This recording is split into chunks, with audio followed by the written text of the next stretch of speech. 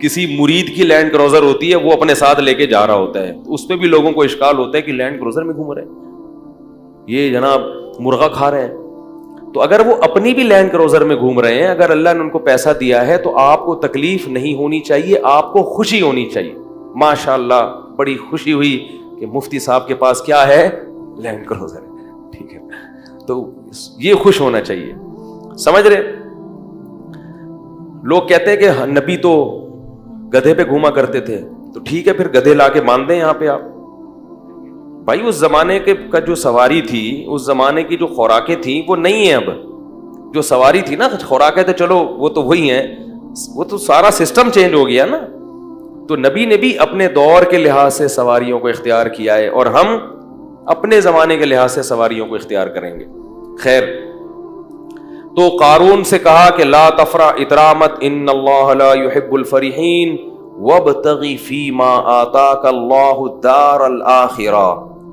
ہر پیسے والے کو یہ حکم ہے جو قارون کو دیا جا رہا ہے کہ اللہ نے تجھے جو نعمتیں دی ہیں اس سے آخرت کی فکر بھی کر, کیونکہ پیسے سے جیسے دنیا کے مزے حاصل ہوتے ہیں, آخرت کے مزے بھی پیسے سے حاصل ہو سکتے ہیں. سارا دنیا پہ ہی لگا رہا ہے, آخرت کے لیے بھی تو کوئی ڈپازٹ کر. بھائی اللہ نے آپ کو اتنا پیسہ دیا ہے, اتنے نوکر چاکر سب, تو کچھ حصہ آخرت کے لیے بھی تو رکھو کہ میرے گناہوں کی معافی میں وہ کام آئے. آخرت کے لیے تو کچھ کر ہی نہیں رہا. اور وَلَا تَنْسَ نَصِيبَكَ مِنَ الدُّنْيَا, اور اے قارون یہ مت بھول کہ تو نے دنیا میں رہنا کتنا ہے. جتنا دنیا میں حصہ ہے نا اس کو بھولنا نہیں ہے, وہ بہت تھوڑا سا ہے. دولت تو ہے اتنی مگر عمر لمبی. بھائی آپ ارب پتی بن سکتے ہو, پوری دنیا کی دولت خرید سکتے ہو, مگر عمریں 60-70 سال سے اوپر تجاوز نہیں کرتی. تو کھا تھوڑی سکتے ہو اتنا, کھا تو اتنا ہی, پیٹ بھی اتنا ہی ہے, روٹی بھی 2 ہی کھا سکو. اب ایک آدمی کے پاس کروڑوں روپے آ گئے تو کیا کھائے گا وہ؟ بھائی غریب تھا تو ناشتہ ہی نہیں کرتا تھا, ذرا پیسہ زیادہ آ گیا تو پراٹھا کھا لیا اس نے, اور پیسہ آ گیا تو پراٹھے کے ساتھ انڈا بھی ہو گیا, اور کیا کرے گا؟ بریڈ کھا لے گا, اور کیا کر لے گا؟ بھائی پیٹ تھوڑی بڑا ہو رہا ہے. تو ایک حد ہے, اس سے آگے نہیں ہو سکتا. تو کہا کہ دنیا میں کتنا رہنا ہے اس کو بھول مت. تو تیری دولت سے ایسا لگ رہا ہے کہ تو ہمیشہ یہاں رہنے کے لیے آیا ہے. کتنی اچھی نصیحت تھی, ذرا سی بھی سینس ہوتی تو فوراً مان لیتا. اور ایک بات یہ بھی کی, احسن کما احسن اللہ الیک, جیسے اللہ نے تجھ پر احسان کیا ہے تو بھی اللہ کی مخلوق پر احسان. تیرے پاس اتنا ہے, یہاں لوگوں کو کھانے کی روٹی نہیں, بنی اسرائیل پہ ظلم ہو رہا ہے, تو بھی کیا کر, اپنی قوم کے لوگوں پہ خرچ کر, آخرت بنا اس سے, آخرت. تو جواب میں کیا کہتا ہے, وَأَحْسِن كَمَا أَحْسَنَ اللَّهُ إِلَيْكَ إِنَّ اللَّهَ يُحِبُّ الْمُحْسِنِينَ. تو جواب میں کہتا ہے انما اوتیتہ علی علم عندی, یہ میں نے اپنی مہارت اور اپنی محنت سے کمایا ہے. مجھے اللہ نے, میرے پاس دماغ کیسا ہے, خاص دماغ ہے, اس دماغ کو لڑا کے میں نے کیا کیا ہے, تو میں نے کمایا. جو غریب ہے وہ اپنی مرضی سے غریب ہے, میں نے تھوڑی کہا کسی کو غریب بنو. آج مالدار آدمی یہ بات زبان سے کہتا نہیں ہے مگر دل میں ہوتی یہی ہے کہ بھائی وہ نہیں, میں نے ایکچولی وہ ہے محنت نہیں کر سکے, میں نے تو اتنی محنت کی ہے, میں تو ایسا دماغ لڑایا ہے, تو میں اپنا پیسہ کسی اور کو کیوں دوں. حالانکہ محنت بہت لوگ کرتے ہیں, ملتا ہر ایک کو. اگر محنت میں ملتا تو مزدور سب سے مالدار ہوتے ہیں. سب سے زیادہ محنتی کون ہوتے ہیں؟ گڑھا کھودنے والے. اور اگر ذہانت میں ملتا تو بے وقوف تو بیچارے بھوکے مر جاتے. میں نے اپنی زندگی میں زیادہ تر, سب کی بات نہیں کر رہا, زیادہ تر بے وقوفوں کے پاس پیسہ دیکھا ہے. سب نہیں, بہت ذہین لوگوں کے پاس بھی ہوتا ہے, لیکن زیادہ تر کس کے پاس ہوتا ہے؟ امام شافعی نے اسی لیے تو کہا لو کان بالحیل الغنا لوجدتنی بنجوم اقطار السماء تعلقی لیکن من رزق الحجا حرم الغنا ضدان مفترقان ای تفرقی. کہتے ہیں جس, ایسا لگتا ہے, امام شافعی کہتے ہیں جس کو اللہ نے عقل دی ہے اس سے رزق چھین لیا. ٹھیک ہے, جس کے پاس دماغ ہے اس کے پاس اکثر جیبیں بیچارے کی خالی ہوتی. ضدان مفترقانی, کہتے ہیں ایسا لگتا ہے یہ دونوں ایک دوسرے کی بالکل اپوزٹ ہیں, جمع ہی نہیں ہو سکتے. ہوتے ہیں لیکن ایک شاعری میں تو تھوڑا مبالغہ کیا جاتا ہے نا کسی بات کو بتانے کے لیے. آگے کہتے ہیں لیکن مل رزق لو کان بالحیل الغنا لوجدتنی، اگر ہیلے سے محنت سے پیسہ مل جاتا تو مجھے دیکھتے بنجوم اقطار السماء تعلقی، آسمان کے ستاروں پہ پہنچا ہوا ہوتا. یعنی ایک لوگوں کی ایک حالت بیان کر رہے ہیں. آگے بتاتے ہیں کہ پیسہ ملتا ہے قسمت سے. اس کو ایک شعر میں بڑے پیارے انداز سے سمجھایا. فرمایا اذا سمعت بان محروما اتا، اذا سمعت بان مشدودا حوا عودا فاثمر في يديه فصدقي، وَإِذَا سَمِعْتَ بِأَنَّ مَحْرُومًا أَتَى مَاءً لِيَشْرَبَهُ فَغَاضَ فَصَدِّقِي. بڑا ٹائٹ شعر ہے. کہتے جب تم سنو کہ ایک خوش قسمت آدمی تھا، کوئی اسباب نہیں اس کے پاس، کوئی وسائل نہیں، لیکن اس نے کیا ایک ٹہنی پکڑی اور ٹہنی نے اس کے ہاتھ میں پھل دینا شروع کر دیے، تو تصدیق کر دیا کرو خوش قسمتوں کے ساتھ ایسا ہوتا ہے. ان کو پودے لگانے کی ضرورت، کھیتی باڑی کی ضرورت نہیں ہوتی، وہ جس کام میں ہاتھ ڈالیں وہ پھل دینا، وہ ٹہنیاں ان کے ہاتھوں میں پھل دیتی ہیں. اور کہا کہ وَإِذَا سَمِعْتَ بِأَنَّ مَحْرُومًا أَتَى مَاءً لِيَشْرَبَهُ فَغَاضَ فَصَدِّقِي. اور جب سنو کوئی بدقسمت آدمی ہے جس کے کام اللہ نے ارادہ کیا ہے کہ صحیح ہو گئی نہیں، تو اس کو بیچارے کو پیاس لگی، پانی نظر آیا اور دیکھا کنواں پانی سے کیا ہے بھرا ہوا، وہ خوش ہو گیا، چلو پانی تو ملے گا، چلو کچھ نہیں مل رہا پانی تو ملے گا. وہ کنویں کے قریب آیا اور پانی اس کو دیکھ کے نیچے ہو گیا. انہوں نے کہا فحققی، اس کی بھی تصدیق کر دیا کرو، بدقسمتوں کے ساتھ ایسا ہوتا ہے. سارے اسباب ہوتے ہیں لیکن ان کو نہیں ملتا. تو یہ سب کس کی دین ہے بھائی؟ اللہ کی. یبسط الرزق لمن یشاء، جس کے لیے چاہتا ہے رزق کے دروازے کھول دیتا ہے، ویقبض، جس کے لیے چاہتا ہے دروازے بند کر دیتا ہے. جس کو رزق کثرت سے دیتا ہے اس کو بھی آزماتا ہے، اور جس پہ رزق کے دروازے تنگ کرتا ہے اس کو بھی آزماتا ہے. تو یہ بتا دیتا ہے کہ جس کے پاس پیسہ ہے اس کو اترانے کی ضرورت نہیں، تھوڑے دن میں یہ بھی چھن جائے گا. اور جس کے پاس غربت ہے اس کو بے صبری کی ضرورت نہیں ہے، یہ غربت تھوڑے دن میں ختم. مر جاؤ گے تو پھر نوٹوں کی کفن میں جیب اس لیے تو نہیں ہوتی نا، کفن میں تو کچھ بھی نہیں ہے. قبر کھود کے دیکھو تو پتہ ہی نہیں چلے گا کہ یہ کوئی مالدار آدمی تھا، غریب تھا، آفیسر تھا، چپڑاسی تھا، سب ایک ہی طرح کے کپڑے پہن کے سو رہے ہوتے، کوئی پتہ ہی نہیں چلتا. کیڑے سب پہ ایک ہی جتنے ہوتے ہیں. یہ نہیں کہ غریب کی لاش پہ کیڑے زیادہ ہوں گے، دولت مند کی لاش پہ کیڑے کم ہوں گے کہ یہ آفیسر تھے، ایسا نہیں ہے. کیڑے یہ نہیں دیکھتے، ٹھیک ہے نا. تو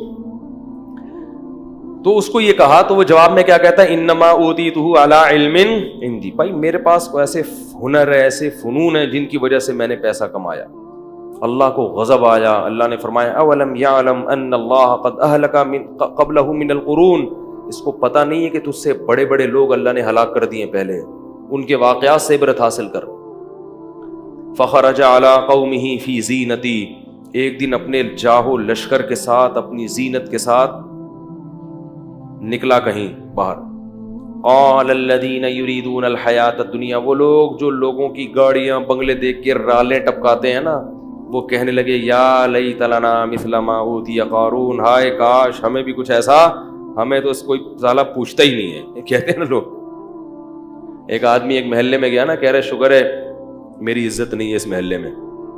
لوگوں نے پوچھا کیوں؟ کہہ رہے ورنہ بےزتی ہو جاتی بہت.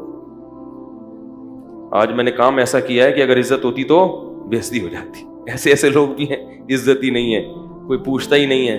تو وہ دیکھ کے کیا کہنے لگے، مائیں جب دیکھتی ہے نا یہ منظر تو چاہتی ہے ہمارا بیٹا بھی کیا بنے، یہ بنے، ایسی عزت، یہ لشکر ہو. تو اللہ فرماتے ہیں قال الذین اوتوا العلم، جن کو اللہ نے علم دیا تھا نا انہوں نے کیا کہا، جو علماء تھے، ویلکم، تم تباہ ہو جاؤ. اپنی قوم سے کہہ رہے ہیں ناس ہو تمہارا، ثواب اللہ خیر لمن آمن وعمل صالحا، اللہ نیک لوگوں کو جو آخرت میں بدلہ دے گا وہ اس سے کئی گنا بہتر ہے. اس پہ تو کبھی رشک نہیں آیا کہ یہ اتنی تہجد پڑھتا ہے، یہ اتنی تلاوت کرتا ہے، یہ اتنے صدقات و خیرات کرتا ہے، یہ خیر کے تمام کام کر رہا ہے، آخرت میں کہاں ہو گئی ہے. اس کو دیکھ کے تو کبھی بھی رشک نہیں آئے کہ ہائے کاش ہمیں بھی اللہ ایسی توفیق دے دے، ہائے کاش ہم بھی شریعت پر ایسے چلتے. جو اصل ہے اور یہ جو فنا ہونے والی ہے جس کا تمہیں پتا ہے کہ مر جائے گا, ختم ہو جائے گی, اس پہ کیا کر رہے ہو؟ رالے ٹپکا رہے ہو. تو ثواب اللہ خیر لمن آمن وعمل صالحا ولا یلقاها الا الصابرون. اور پھر وہ اہل علم خود ہی کہنے لگے کہ یہ صفت صبر کرنے والوں کو عطا ہوتی ہے. فوراً کسی کی چمک دھمک دیکھ کے جو فوراً پیچھے پڑ جاتے ہیں نا, ان کو اللہ ان میں یہ خاصیت پیدا نہیں کرتا کہ وہ دینداروں کو دیکھ کے رش کرے. اب ہوا کیا, حدیث میں آتا ہے, یہ قرآن میں تو اجمالی ہے, حدیث میں تفصیل ہے, کہ حضرت موسیٰ علیہ السلام فرعون کو قارون کو بار بار نصیحت کرتے تھے, زکوٰۃ دو, زکوٰۃ دو, خیال کرو, ظلم مت کرو. تو قارون کو نا چڑ ہو گئی کس سے؟ موسیٰ علیہ السلام سے. اس زمانے میں بھی بعض لوگوں کو علماء سے چڑ ہو جاتی ہے. جو سیکولر طبقہ ہے نا, ان کو بہت زیادہ چڑ ہوتی ہے علماء سے, کیونکہ ان کی راہ میں سب سے بڑی رکاوٹ کون ہوتے ہیں؟ علماء ہوتے ہیں. تو وہ بدنامی کا کوئی موقع ہاتھ سے جانے نہیں دیتے. تو اس کو چڑ ہو گئی. اس کمبخت نے کیا کیا, بدبخت نے ایک عورت کو خریدا, جوان عورت, اور اس کو ٹھیک ٹھاک پیسے کی لالچ دی کہ میں تجھے بہت نواز دوں گا, کروڑوں روپے جو بھی اس زمانے کے ہوں گے, تو نے صرف یہ کرنا ہے کہ معاذ اللہ نقل کفر نباشت, تو نے حضرت موسیٰ پہ زنا کی تہمت لگا دی, بدکاری کی. عورت جب یہ کسی پر فحش تہمت لگاتی ہے نا, تو لوگ فوراً یقین کہتے ہیں یہ تو عورت خود کہہ رہی ہے. یاد رکھو, عورت کی تہمت پر یقین کرنا جائز.